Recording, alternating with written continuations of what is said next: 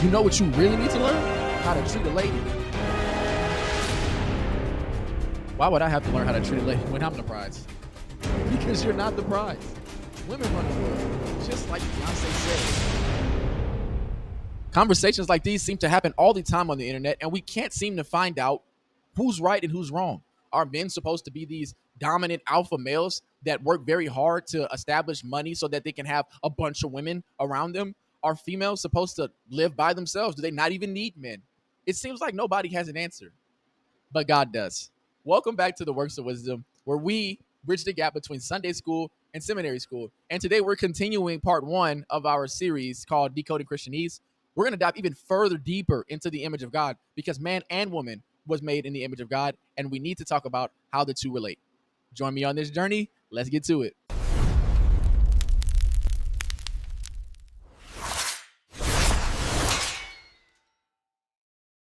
So, with the image of God, we saw that the purpose was, or the commands that God gave the image of God was to be fruitful and multiply and to rule and subdue the earth, right? So that's what the entirety of the image of God is supposed to be.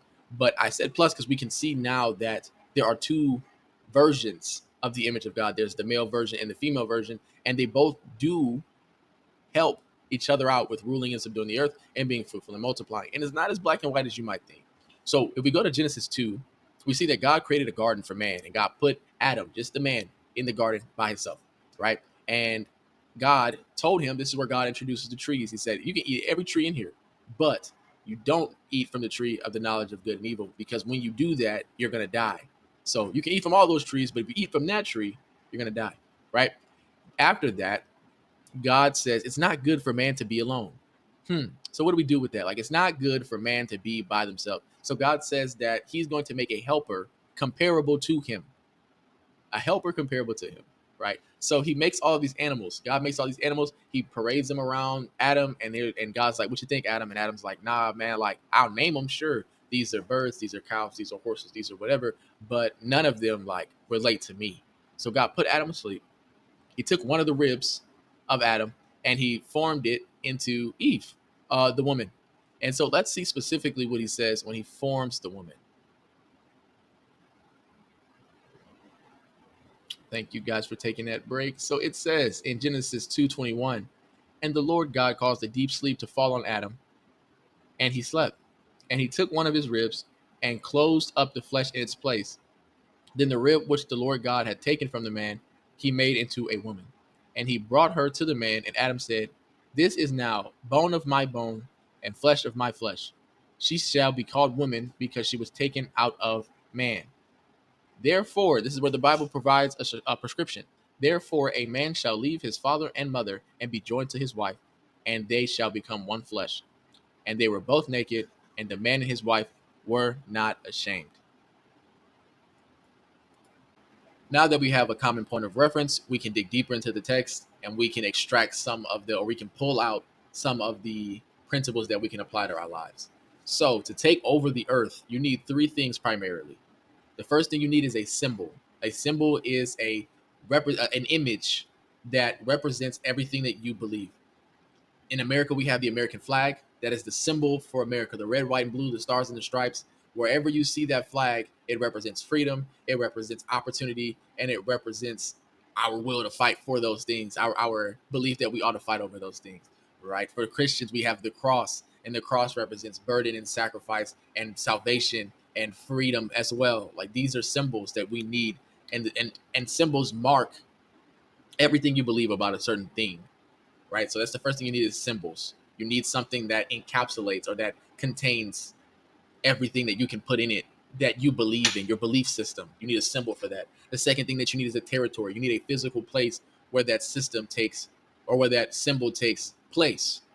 So everywhere that there's an American flag represents America. When you go to U.S. embassies all over the world, you will see American flags. That is where America is. That's where you can find Americans. That's territory that we've been given in some cases, and territory that we've taken in some cases. For Christians, every place you see a cross, that's where you can find Christians.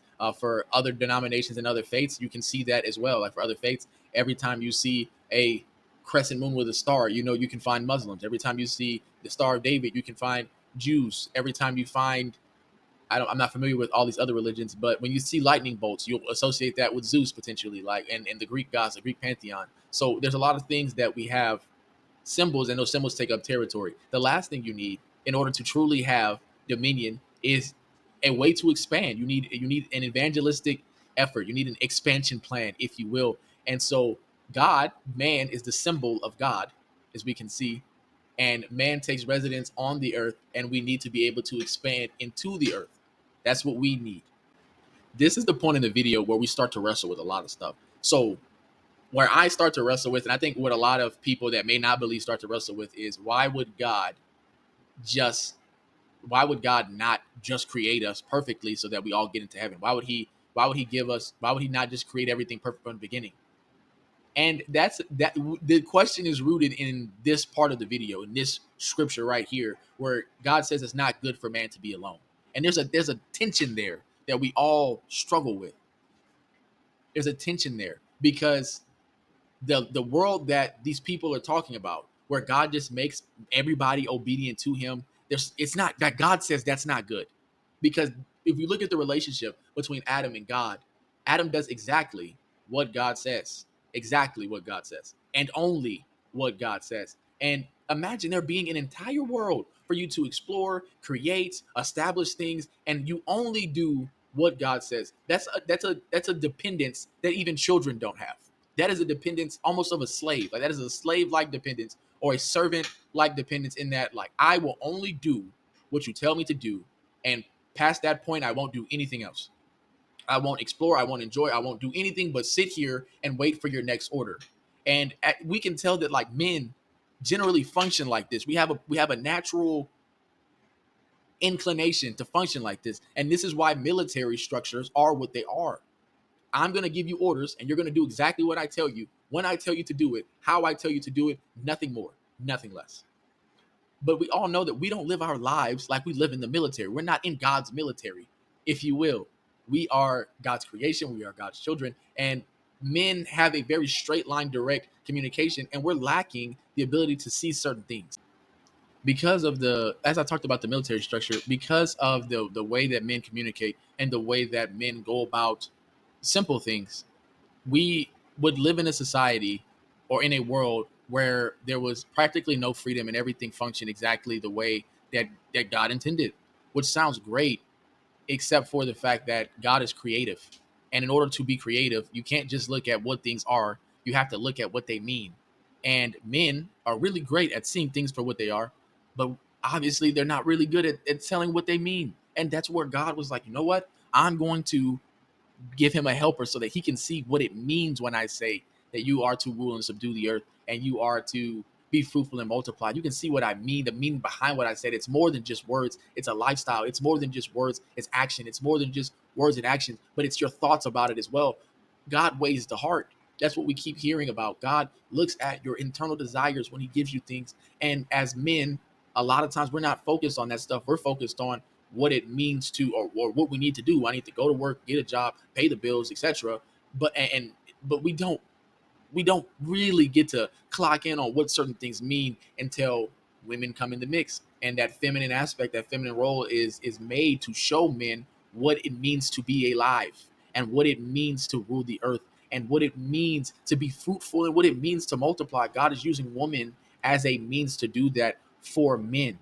So there is no two ways about it. There is no all men society. I don't know why people walk around saying, well, if all the women disappeared, society would be fine. No, it wouldn't. Nothing would have any meaning. We'd live meaningless lives that are unfulfilled, and we would all die. Well, if all the men disappeared, women, we could find a way to procreate by ourselves. Life for a woman is more than just procreation. It's more than just having a kid. That is an incredible aspect, but it's more than that, because women establish, not only do they help us to bring life forth, but they establish what that means. They establish the meaning. And so we can't do life without one or the other. God literally said that's not good. And when it says it's not good for a man to be alone, God obviously isn't talking about other men or a community of men. He means that there needs to be some sort of partner comparable to him that allows him to experience life in a different way than he would by himself or with other men. So that brings up this next question that every red pill podcaster asks, that I'm going to attempt to answer. And that question is, what do women bring to the table? Now, the wrong response is a response that most of the women give, where they say, "Well, I have a doctorate degree and I make $400,000 a year, and I also cook and I also clean." Like, that's the wrong answer. But it's not the wrong answer for the reason that the podcasters say it's the wrong answer, because what they're actually looking for are servants, and that's not what a woman is either. The actual answer, the answer that we see that comes from the Bible, and the answer that we see does have its drawbacks, but also has its benefits, is that the areas that men lack in greater perception than just what is right there in front of them, that is what a woman brings to life, to the man. That is what she brings to the table, is her vision, her perspective.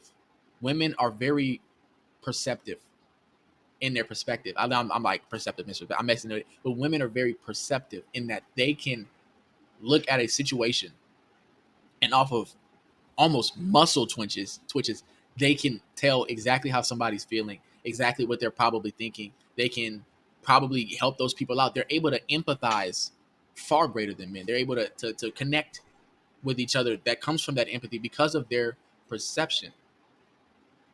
And we're going to see where that plays out later on. Like in the next video, we're going to see where that plays out for the bad. But it's incredibly good, because what this means is what Eve will be able to do if she focuses on Adam is she'll be able to see the areas that Adam is lacking or Adam is missing, and that the possibilities that he can be and do, and how full he can fulfill God's command. That's what she's able to provide him if she focuses on Adam. That's the key point there. So, guys, we're going to talk more about the interplay between the genders in the next video. I can't wait for that one, and we can see where everything went wrong. But as before we do that, I want to talk about what can go right. Okay, so if you're a lady and you're watching this video, I want you to take pride in the fact that God thought enough of you to make you the transformative element in this duo, right? So, just as I said earlier, a man builds a house, a woman makes it a home. A home is more valuable than a house, right? You add value. You're the value adder, the creator. You're also the kingdom extender. You are the sole thing that allows the reign of humanity on the earth that man cannot do alone. And as a man, you need a woman, and as a woman, you need a man. And there is no two ways about it. There is no two ways about it. For the and this is more of a topic for generals when it comes to like single people and dating and all that. Like there's specifics and particulars, and I'm not saying that everybody needs, but what I'm saying is, like, in general, how we were created to do what we do. And as men, we do not see what things can be all the time. We don't see what the meaning or significance of some things are. That's why we struggle with anniversaries. That's why we struggle with remembering birthdays. That's why we struggle with making decoration and all of that interior design stuff like that, because that's not what we were made to do, and that's not where we're gifted at. But we need that stuff if life is going to mean anything. And so what we see, the problems that we see in the world today, like the men's high suicide rate and the women's high dissatisfaction rate with life and the career, is that we're not using each other for what we're good for or what we're supposed to use each other for. We're not building society together. We're trying to build two different societies separate of each other that work together, but it doesn't work. It doesn't work. So, my images of God, my kings and queens, my fellow rulers, if you found this to be at all helpful to you, to reveal to you what you are supposed to be doing, I ask that you be a good ruler and you share this with some other people so that it can help them to also be a good ruler. And ultimately, we can do what we're supposed to do and achieving our goals of bridging the gaps. And ultimately, all of us ruling the earth together where there is abundance. That being said, have a good one.